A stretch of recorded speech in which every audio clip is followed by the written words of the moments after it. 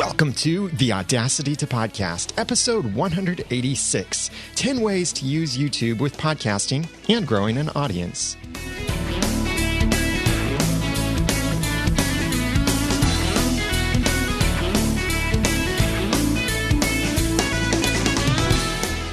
Thank you for joining me for the Audacity to Podcast. I'm Daniel J. Lewis, and this is the award-winning how-to podcast about podcasting. It's where I give you the guts and teach you the tools to launch or improve your own podcast for sharing your passions and finding success. Today, I'm doing things a little bit differently because of the content that I'm presenting to you in this episode of the Audacity to Podcast, and that is 10 ways to use YouTube with podcasting.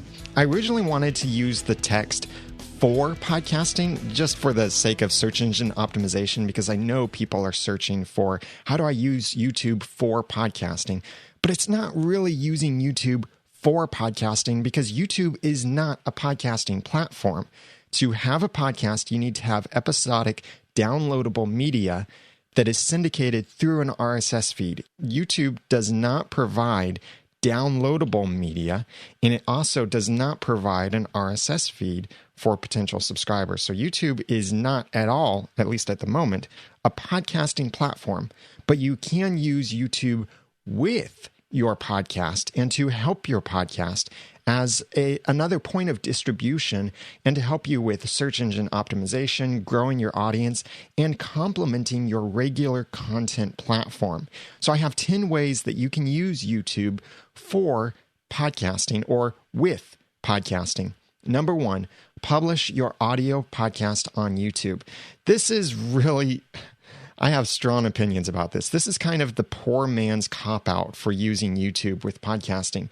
It is where you take the audio from your podcast and you put it on YouTube with nothing but a simple cover art slapped on or maybe some slides. It's really not true video. This would be like faux video or pseudo video or just not really video at all. It is audio with an image on it. I don't really think this is highly effective, and this is why I'm so critical of this method. I think it can do actually more harm than good. Within my own podcast network, Noodle.mx Network, over at Noodle.mx, we've had some of our shows do this before, and at first, the plain numbers, the view numbers, seem amazing. More than 21,000 views on one of our videos. That seems wildly successful for a 36-minute long video that is just audio with cover art. That's all it is. No actual video in it. So it's an audio video. But the audience retention for that, those 21,000 views, 90% of the audience left within the first 2 minutes of the audio video. 5 minutes in, there was only 5% of the audience left. That means that for that audience, or that initial view count of 21,000, which sounds great, that is 19,000 potential raving fans who turned away from the video and may never come back because it wasn't a true video. It was this audio video. So I really don't recommend this. And there are certain stats and analytics that you can see about these kinds of videos in YouTube. If you go into your YouTube analytics, click on a single video, change your time view to the lifetime view, and then over on the left side, go to audience retention, and you'll be able to see this same drop-off on your own videos to see.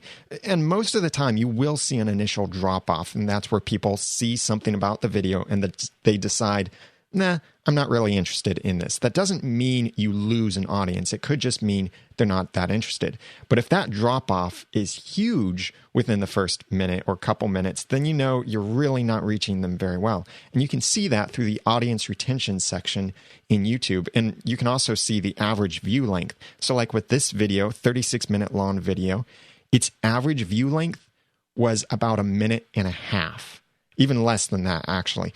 So people are not staying to watch these audio videos, but it is something you could do. And there are certain accessibility things that this helps you with that, yes, it can mean someone might be able to play it in an app that they wouldn't normally be able to. But is this really the way that you want to build your audience?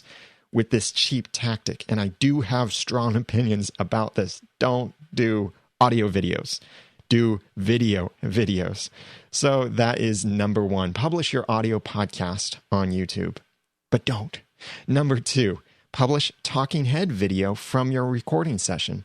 I'm doing that right now. You may notice there's a bit more of a hiss in the background in this recording, and that's why I don't normally live stream video sessions of the Audacity podcast, is because live streaming the video makes my computer work a whole lot harder. And I have an older computer, a 2010 MacBook Pro at this time.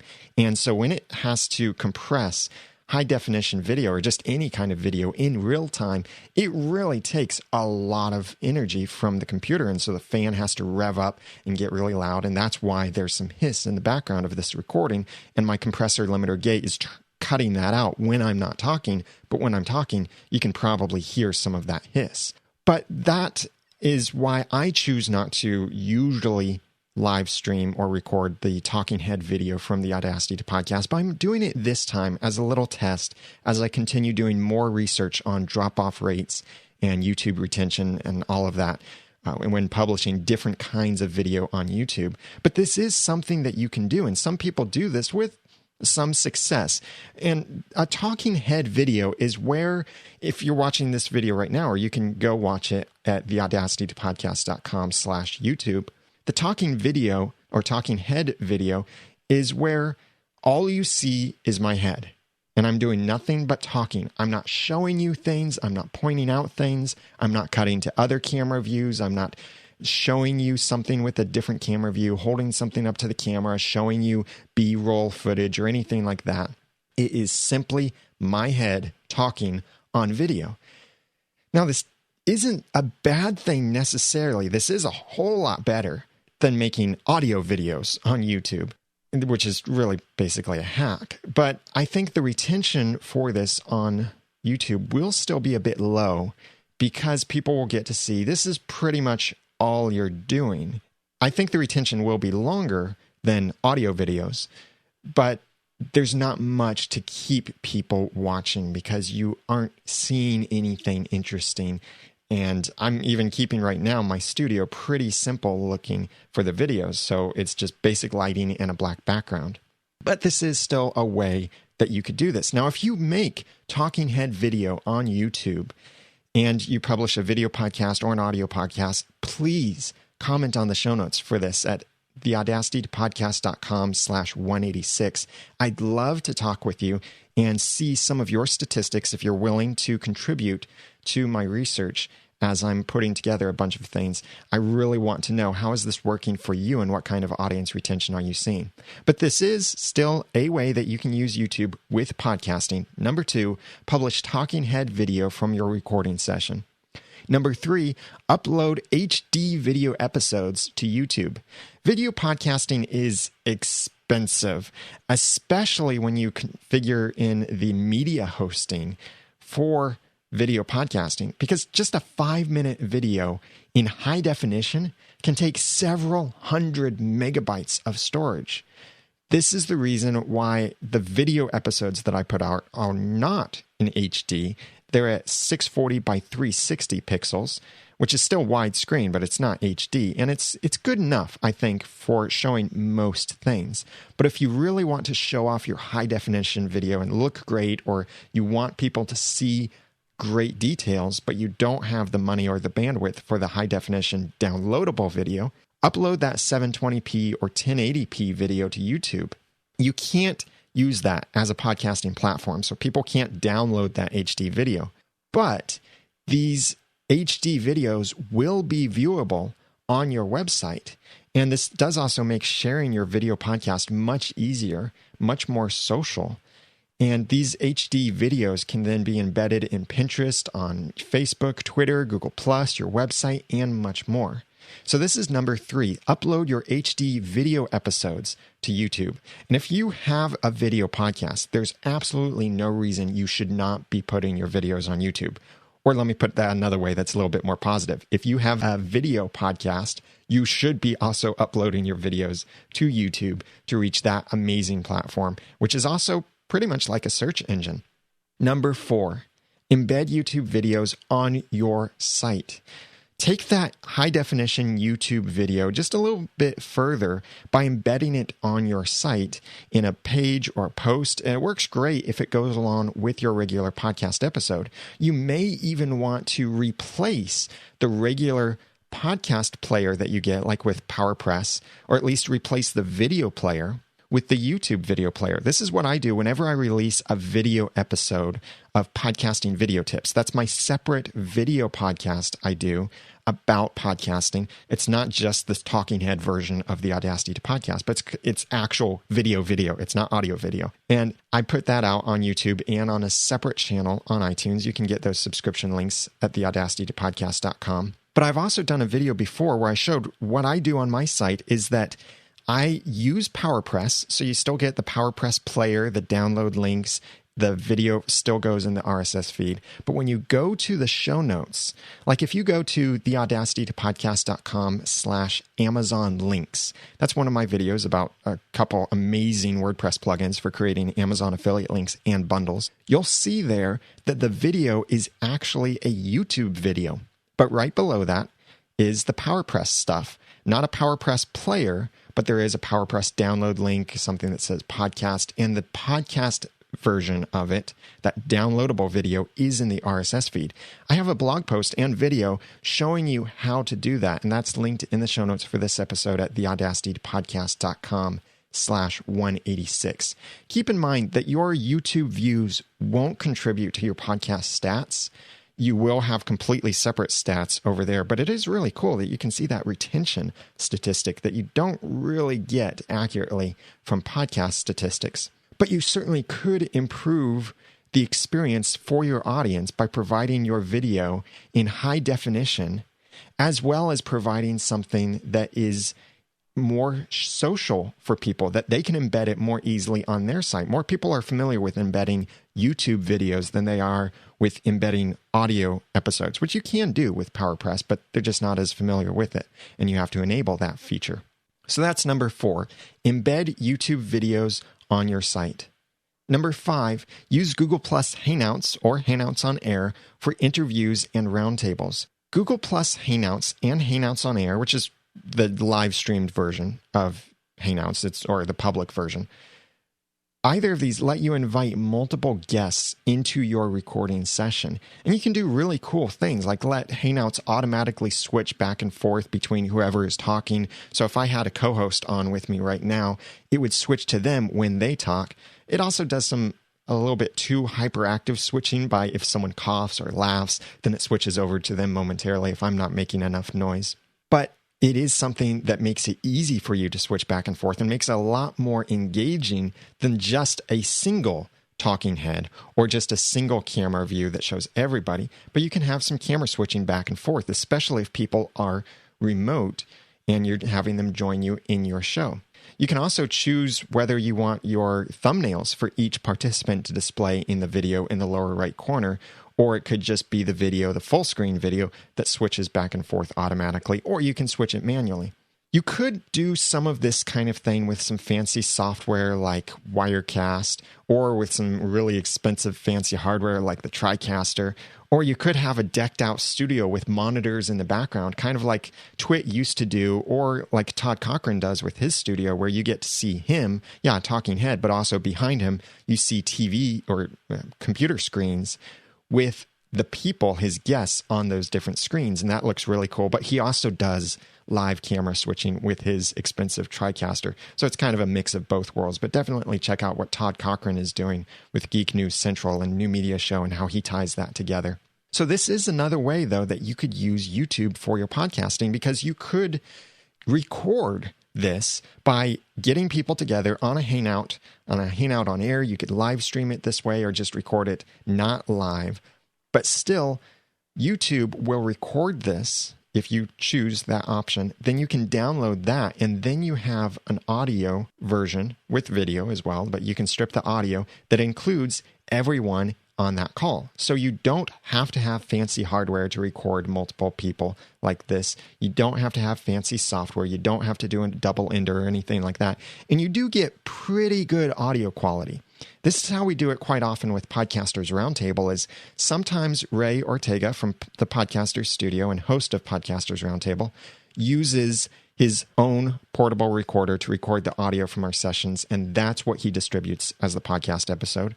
But sometimes he just takes that YouTube video, cuts it, and extracts the audio from it and publishes that as the audio for the podcast, the audio podcast, and then people watch the live video or afterward the video on YouTube.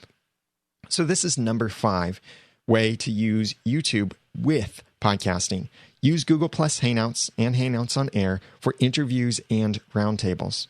Number 6, create video promos on YouTube for your regular podcast content. This is another way of springboarding people from one platform back to your platform.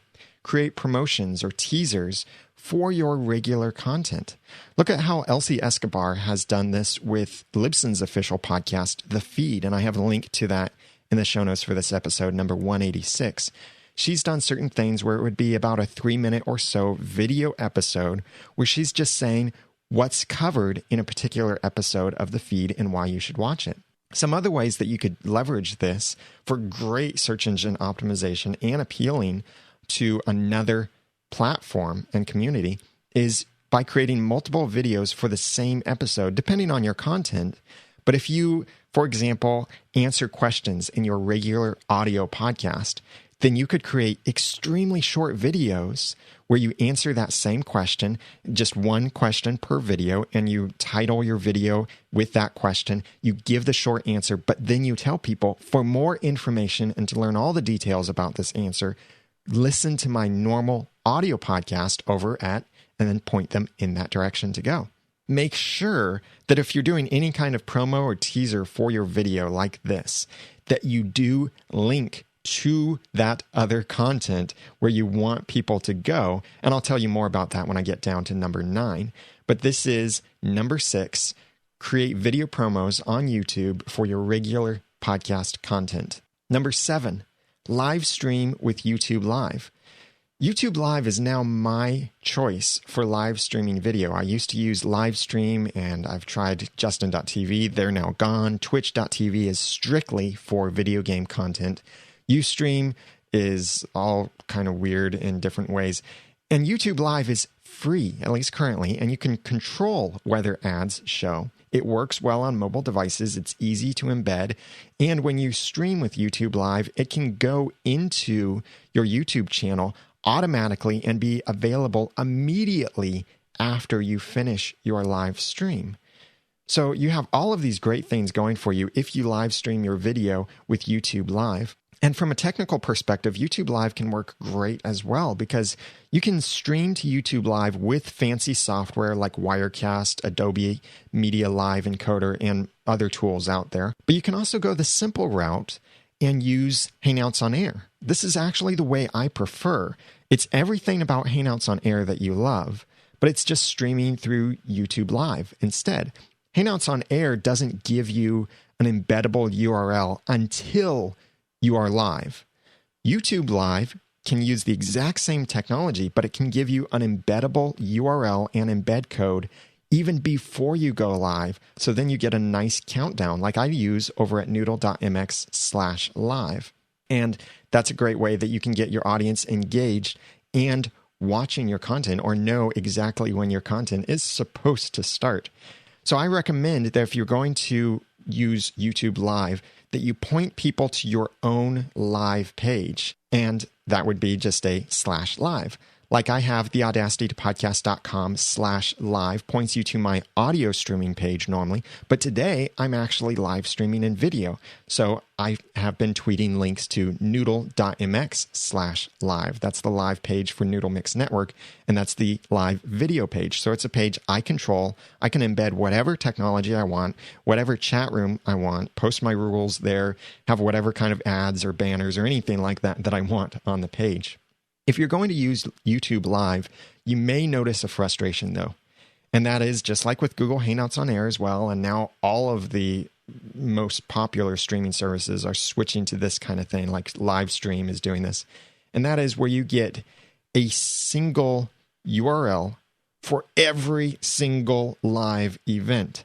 I can't just embed a single URL that includes all of my videos. It's a video URL for every event I make. So that would mean that normally you would have to swap out your embed code for every single live event on your own live page. But I found a WordPress plugin that kind of helped with this, and I talked to the developer and I became a contributing developer for this plugin, and that is the IX Show Latest YouTube plugin for WordPress.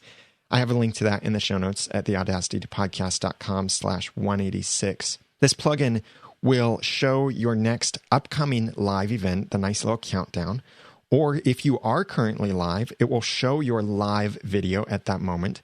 When you finish the live video, it will then display whatever the most recent video is in your YouTube channel. And it all does this automatically. You don't have to go in and update the code every time you have a new live event. All that right now, at least, the plugin requires is that the page be refreshed between live events. But from the countdown to a live event, people don't have to refresh. That just automatically refreshes itself. But we are working on a special Ajax method of live refreshing if like you have to switch event codes, switch channels, or anything like that. You're ending one live event and starting another immediately after that. The plugin will eventually be able to take care of that for you. And all of this is without your having to go in and update that YouTube URL for every new live event. So I love using YouTube Live for live streaming, and I'm using that today as I'm live streaming over at Noodle.mx/live. I wouldn't normally do this in video, but I'm doing it because I'm talking about video and also as a little experiment for some other research that I'm trying. So that's number 7, live stream with YouTube Live. Number 8 way to use YouTube with podcasting is create supplemental YouTube videos to complement your podcast. This is the best way I think you can use YouTube along with your podcasting. Podcasting episodes can be really long, and that's perfectly all right. It's up to you, your content, and your audience to figure out how long is best for presenting this content. But on YouTube, people are a bit less forgiving on how long they'll stay to watch something. So what I've found is that 5 minutes really seems to be the sweet spot on YouTube. Yes, you can do longer. You can do hours and hours of content. But 5 minutes seems to be where most people will stay and watch something that's about 3 to 5 minutes long. I recommend don't go any longer than about 15 minutes unless you really have to and it's engaging or interesting content and it really does need to be in video. But the best kind of video that you can put on YouTube is where you have to actually show people something, like reviews or how-tos or demonstrations, or just something that provides a much more entertaining experience for people to be able to see instead of just hearing. Like if I'm doing a YouTube video, I can just hold something up and say this, and you can see what I'm pointing to when I say this. If I'm doing audio, then I have to say this part of it on the underside where you can see this certain thing and it's right next to this. I have to describe it for you because a picture is worth 1,000 words. It takes 1,000 words to try and explain certain things that I could just save by showing you a picture. Now, for some great examples on how to create this complementary content for your regular podcast, look at what Ray Ortega does. He creates DSLR videos about shooting DSLR video. And it's part of his show, The Podcaster Studio. He creates these other things that are strictly video content, and he only distributes them through YouTube. But it's great. It helps support what he's doing with his regular audio podcast. It's relevant to that audience, and they cross-promote each other. It's supplementary content.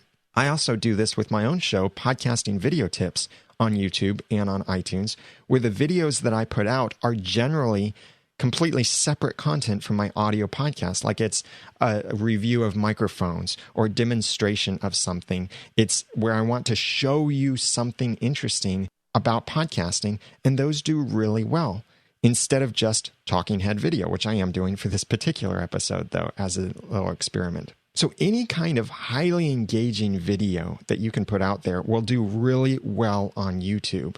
Show something. This could even mean getting out somewhere interesting and recording in some kind of attractive environment. Like someone that I see that does this all the time are the guys from Digital Rev TV, where they have photography videos, they're reviewing camera lenses, camera equipment, and talking other things about photography. They don't just stand or sit in a studio and show you things. The guy goes out walking in the streets of Hong Kong, and he's taking pictures, and you get to see the pictures that he takes. He's talking as he's holding the camera, as he's walking. And it's a lot more interesting, even though it is basically talking head. It's a lot nicer than talking head because you're seeing him use the camera. You're seeing him talk about things. When he talks about the plastic build of something, you see him flick it with his fingers and you hear the taps and you see him walking around and interacting with the environment. And it's all edited together really nicely. And there are voiceovers at certain points as well. So check out what Digital Rev is doing. Look at what Ray Ortega is doing. Also look at what I'm doing with podcasting video tips on YouTube and iTunes.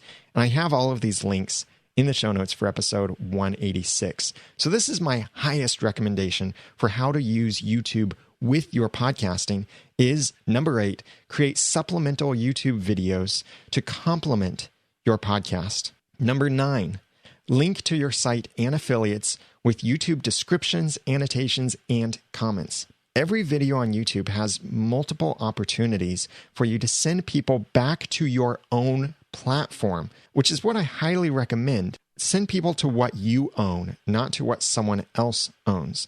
There are currently 3 places that you can put this information and links back to your own content. Descriptions, annotations, and comments. In your description, this is the description that displays below the video. You can put hyperlinks in there. A description, you can mention links to whatever resources you're describing, especially affiliate links can go in here. You could link back to your show notes, link to your regular website, anything like that you want people to know about. What I commonly see people do as well is they include affiliate links to all of the equipment that they used in making that video or the tools. And that's great for those people who always want to ask, what kind of microphone are you using in that video? Like I was looking at Rhett and Link videos, and I was just curious, what microphone is it that they use in their video? Because I think their video microphone actually sounds better than their audio podcast microphone. And I am highly biased against the Shure SM7B for multiple reasons, but that's what they use in their audio podcast. I saw in the description for every one of their videos, their Good Mythical Morning videos, their daily show, they say the equipment that they use, the microphone that they use. So I found that right there, very handy. You could do that same thing in your description. The other place is annotations. These are the on-screen links. They can be a speech bubble, some kind of little note, a frame, anything like that that displays on the screen. These can skip forward, around, or back in your video. They can display some text on the screen, but they can also do things like link to places. It can link to subscribe to your show, link to a playlist. It can link even to your own website if you verify your domain. So you can point people back to your website inside the annotations for your YouTube video. You could even point people anywhere you want by creating 301 redirects on your own verified domain. And a great plugin for that is like Pretty Link Pro or Better Links Pro or even Pretty Link Lite, anything that lets you create a link of your own. So you could have /Amazon, and you can link then to your Amazon affiliate through your YouTube video annotations. So when people see something on the screen that says, click here to buy this product or click here to subscribe, they can hover their mouse over it. And this is right now only on desktop platforms. So I wouldn't be surprised if this comes to mobile at some point in the future. And then they can click on it and it takes them to that place. This is a great way to leverage the power of YouTube, is putting in these annotations. The third place that you can put these links is now in the comments. Before, you couldn't put any hyperlinks in the comments, but this is one of the big reasons I love the new integration with Google Plus into YouTube, is that now you can paste URLs in your comments. So your comments can be a whole lot more helpful to people. If someone posts a question and you have an answer on your own website, or they're asking for a recommendation for some equipment or a game or a resource or something, you can put in any kind of link. It doesn't have to be your own verified URL. It could be any URL that you want to put in there, a Bitly link, an Amazon link, a Google link, anything that you want in the comment. And that way it's so much more helpful to people. And again, try to use affiliate links for these kinds of things, and then you might be able to monetize some of these links. So that's number 9. Link to your site and affiliates with YouTube descriptions, annotations, and comments. Number 10, monetize your content with ads. This is, I think, the last thing that should be on your list for reasons to participate in YouTube with your podcast, but it is still a way and a reason to participate. And that is that you can enable ads on your videos. You get a tiny commission every time someone sees an ad on your video, but you earn even more when they click on the ad. And the ads come in multiple formats, and I copied some text from the YouTube official site that describes these, but you get display ads, overlay in-video ads, true view in-display ads, and also non-skippable in-stream ads, and each of these have their own little quirks and methods. But you can choose whether you want these things to display, and you earn income off of them. My YouTube channel has so far earned about $270 over time. Some of my videos that have received close to 20,000 views have earned as much as $80 or so. And that's not a lot, and it's not a huge audience on YouTube when you compare. Some people get millions and millions of views. But it is still something that can help, especially if you have great timeless video content. Like some of my videos are more popular today and get more views per week today than they did back when I initially launched them, or for the first year or so, as more and more people are linking to it, finding it, searching for it, and so on. And so I'm seeing the number of views increase exponentially on those videos. And I'm kicking myself for not thinking well of YouTube back then enough to put on stuff like subscribe buttons, visual subscribe buttons, and those kinds of annotations to encourage people to connect with the rest of my content. But it can still help pay the bills, especially the more videos you put out there. That's more ads that people see, more opportunities for you to monetize as well. But don't make this be your only reason to be on YouTube, because you really won't make a lot with this until you start getting thousands of views for each video, or you've got a lot of videos out there. But it is still a potential way of using YouTube with podcasting. So again, these 10 ways to use YouTube with podcasting and growing an audience are: number 1, publish your audio podcast on YouTube. Number 2, publish talking head video from your recording session. Number 3, upload HD video episodes to YouTube. Number 4, embed YouTube videos on your site. Number 5, use Google Plus Hangouts and Hangouts on Air for interviews and roundtables. Number 6, create video promos on YouTube for your regular podcast content. Number 7, live stream with YouTube Live. Number 8, create supplemental YouTube videos to complement your podcast. Number 9, link to your site and affiliates with YouTube descriptions, annotations, and comments. And number 10, monetize your content with ads. If you'd like any of these links that I mentioned, please go to the show notes at theaudacitytopodcast.com/186, and you can review these notes, get all of these links that I mentioned. But let me give you a few tips on using YouTube with podcasting, and really using YouTube in general. Number 1, create a YouTube channel for each show or niche. This is something that, I really regret the way that I set this up. And that is that at the time of this recording, all of my videos are in my personal YouTube account. And that's at youtube.com/Noodle.mx. That means my Once Upon a Time videos are mixed in with my podcasting videos that are also mixed in with my clean comedy videos. And my thought back then was, I'll just create separate playlists for each of these. But people don't really pay as much attention to playlists. And you can't just subscribe to a single playlist. You subscribe to a whole channel.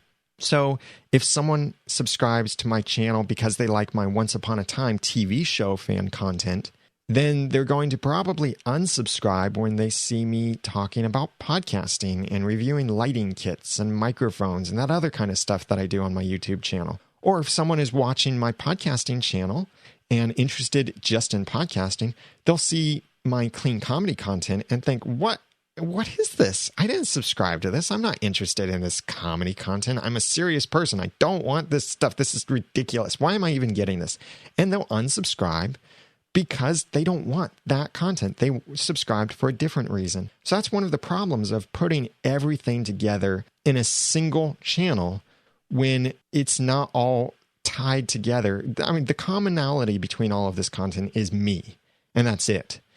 There is no connection between how to podcast and clean comedy. There's very little connection between our clean comedy and our Once Upon a Time content.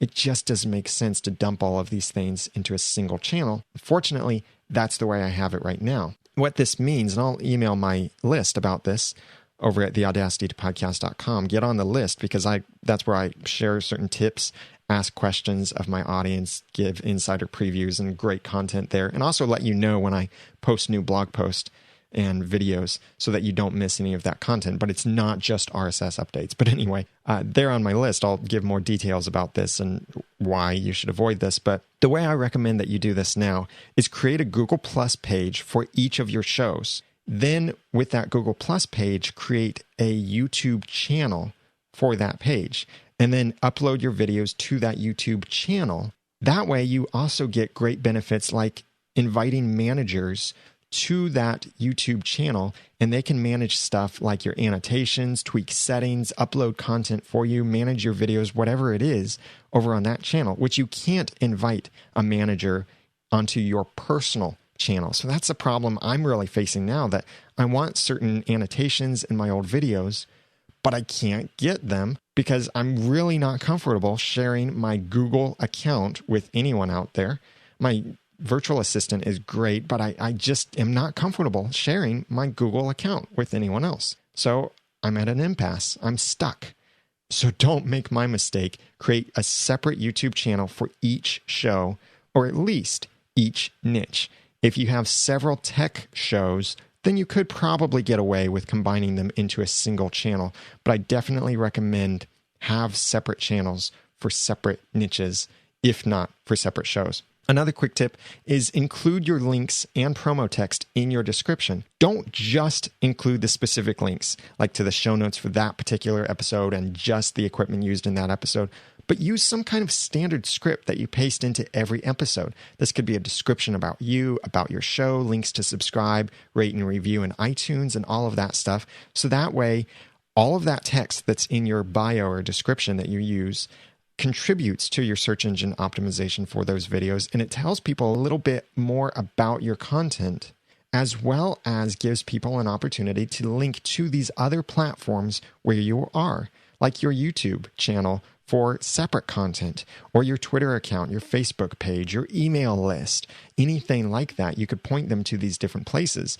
You can use long links or short links or whatever, but include those links and promo text in your descriptions for every video. Number 3, add your own video thumbnail. Don't let YouTube choose a thumbnail for you, because often this will get you in some really weird expression. And there are certain people out there who it's not that they're ugly or anything, but it's just trying to photograph them and get a still frame of their face while they're talking can be very difficult, and you get really weird faces too. And YouTube doesn't let you pick which part of the video you want to use. It just suggests a few different thumbnails. I highly recommend that you upload your own thumbnail, even if it's just taking your own screenshot from your video. That can work great, but what makes it even better is put in big text something about that video that describes it. Like if you look at my videos over at theaudacitytopodcast.com/YouTube, you'll see that I put in some kind of little image that's relevant to the product or service that I'm talking about, and big text that lets people see from the thumbnail what the video is about. Number 4 quick tip for using YouTube is include subscription annotations in every video that you make. I recommend that for your YouTube version of your podcast, if you do something like that, have a separate ending that includes a subscribe button or maybe some little preview of previous videos. Anything like that that is a strong call to action. Display that for a few seconds at the end, and then hyperlink those with the YouTube annotations so it encourages people to subscribe. I've seen all kinds of really creative ways that people have done this kind of stuff, like animations or just standing there begging you to subscribe as a subscribe button displays on the screen. Or they could do a kind of boring method like I do, and that is I just display my logo, a button that says subscribe, and then another spot where it's just some videos that loop through, and that's where you can link back to the playlist to watch more of my videos. But that kind of thing can work really well, and it gives people a call to action to connect with your content. Include that kind of subscription link in every single video. Even if you haven't had a subscribe button in the video itself, and remember, that does not make sense to put out there in a podcast version because people can't tap on the screen to make it subscribe them. But in your YouTube, you can do this. But even if you didn't put something like that in your video is already online, you don't have any visual subscribe thing like that, you could still put up an annotation at the beginning, at the end, anywhere you want that says, subscribe for more content like this, or subscribe if you like this video for such and such. You can then engage with your community that way and build an audience on this platform by getting people to subscribe with these simple calls to action. So I'd love to hear from you some of your tips for using YouTube with podcasting and some of your thoughts and experience on this content that I've shared in this episode number 186. Please comment on the show notes at theaudacitytopodcast.com/186. If you'd like to see the talking head video, it will also be there in the show notes. But I'd say either watch the whole thing or don't watch it at all. Just look at the screenshot, because I really want to get a good scientific experiment from this to see how well does this do on YouTube. How likely are people to stay for talking head video? And you can find that, though, in my YouTube channel over at theaudacitytopodcast.com/YouTube. I'd love to help you launch or improve your own podcast. So please contact me with your questions and things that you'd like me to cover in the Audacity to Podcast by emailing feedback@theaudacitytopodcast.com or call and leave a voicemail at 903-231-2221. You can also go to theaudacitytopodcast.com on your computer or iOS device and send a voice message right from the website. Big thanks to those who have left ratings and reviews in iTunes. Check them out at theaudacitytopodcast.com/iTunes and discover how you can get your own international ratings and reviews automatically emailed to you by going to mypodcastreviews.com. I'm really looking forward to Podcast Movement in Dallas, and I hope to see you there, or I hope that I got to see you there if you are listening to this afterward. Now that I've given you some of the guts and taught you some of the tools, it's time for you to go launch or improve your own podcast for sharing your passions and finding success. I'm Daniel J. Lewis from theaudacitypodcast.com and the Ramen Noodle on Twitter. Thank you for listening or watching.